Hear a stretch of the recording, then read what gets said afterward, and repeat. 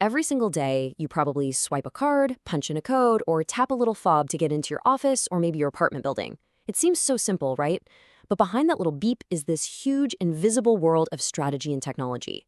So today, we're going to use Thomas Norman's fantastic textbook, Electronic Access Control, as our guide to unlock the secrets of these systems. Okay, let's get into it. Here's what we're going to cover. We'll kick things off with a really powerful real-world story that shows just why this stuff matters so much. Then, we're going to break down how the pros think about risk, the strategies they use to stop threats, and of course, how the technology itself actually works. And we'll wrap up by looking at some really cool advanced features that go way beyond just opening a door. To really get the why behind all this tech, we're not going to start with a diagram or a definition. We're going to start with a dedication, right at the front of the book we're using. It's a pretty sobering reminder that this isn't just about convenience. It's about keeping people safe. Wow, that dedication just hits you, right? It immediately sets the tone. This isn't just some academic subject. The author, Thomas Norman, is telling us from page 1 that these systems can literally be the difference between life and death. So what exactly is he talking about?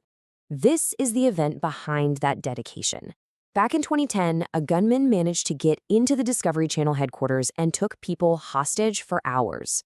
Now, while the situation ended tragically for the gunman, the building's access control systems were absolutely crucial. They helped contain the threat and protect countless lives. It's just a stark reminder of why controlling who gets into a space is so incredibly important. It's why people dedicate their entire careers to getting this right. So, how do you even begin to design a system that can prevent something like that? Well, it all starts with learning to think like a security professional. And here's the key. You don't just think about threats, you have to think about risk. This is the formula, the foundation that everything is built on. Risk isn't just some vague, scary feeling. It's a calculation. It's based on 3 specific things: the assets you're trying to protect, the threats that could harm those assets, and the vulnerabilities or weaknesses that a threat could exploit. To build any good security system, you have to look at all 3. So let's break down those first 2 pieces, assets and threats. What I love about this is how it simplifies everything. On the left, you've got your assets. And notice, it's not just stuff, not just property. It's people, it's your information, and maybe most importantly, it's your company's reputation. Then on the right, you have the threat actors. They basically fall into 4 buckets: terrorists, violent criminals, economic criminals, who are just after the money, and petty criminals. A solid security plan has to think about all of this. Okay, so you understand the risk. How do you deal with it? Well, you don't just build one giant wall and call it a day. The pros use a layered strategy. I like to think of it as a security cake, where each layer gives you a different kind of protection. The 3 layers are high-tech, low-tech, and no-tech. The high-tech is the cool stuff we're focused on today: the card readers, the cameras, the alarms.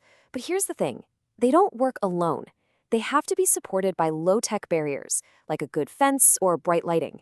And then there's the no-tech layer, which is maybe the most important: smart policies, well-trained guards, and just employees who are aware of security. And this right here shows you the power of that layered approach perfectly. Think about it.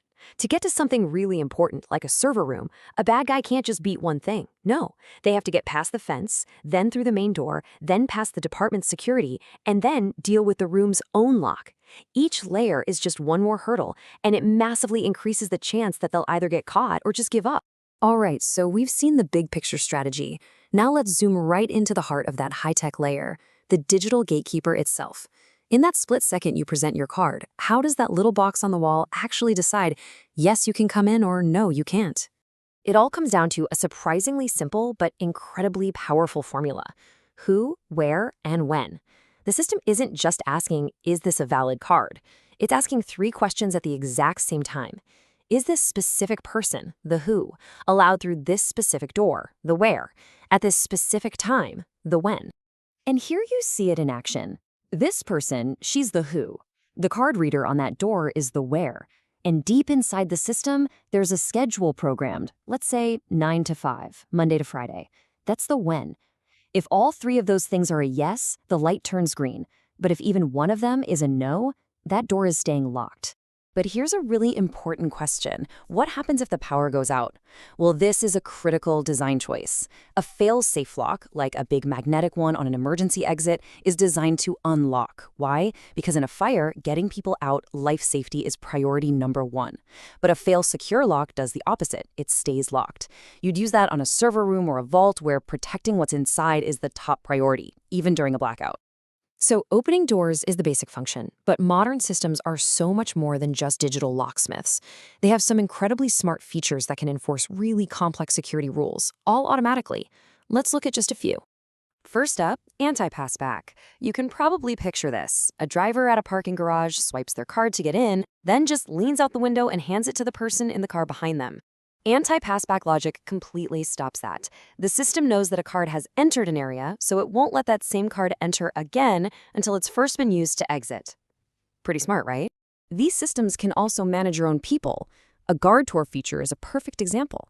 How do you know a security guard is actually walking their patrol route? Well, you make them tap their card at specific readers around the building in a certain order and within a certain time. It creates a perfect digital record that they did their job. And this is where things get really powerful, when different systems start talking to each other. So let's say someone tries to force a door open. The system doesn't just ring a bell. It can instantly pull up the video feed from the camera pointed at that door and pop it onto the security operator's screen. That means you get instant eyes on the problem and can make a much smarter decision. And finally, for your most sensitive areas, like a bank vault or a research lab, you can enforce something called an N-man rule. This basically means the door will not unlock unless 2, or maybe even 3, authorized people present their cards at the same time. It's a powerful way to make sure no one is ever going into your most secure spaces alone. So from a really tragic, real-world event to the deep strategies of risk management and that elegant logic of who, where, and when, you can see that the simple little beep of a card reader is really just the tip of the iceberg. It's the end result of a massive, carefully designed system. It really makes you wonder, doesn't it? If a simple card swipe involves this much thought and technology, what other invisible systems are out there quietly shaping our safety every single day?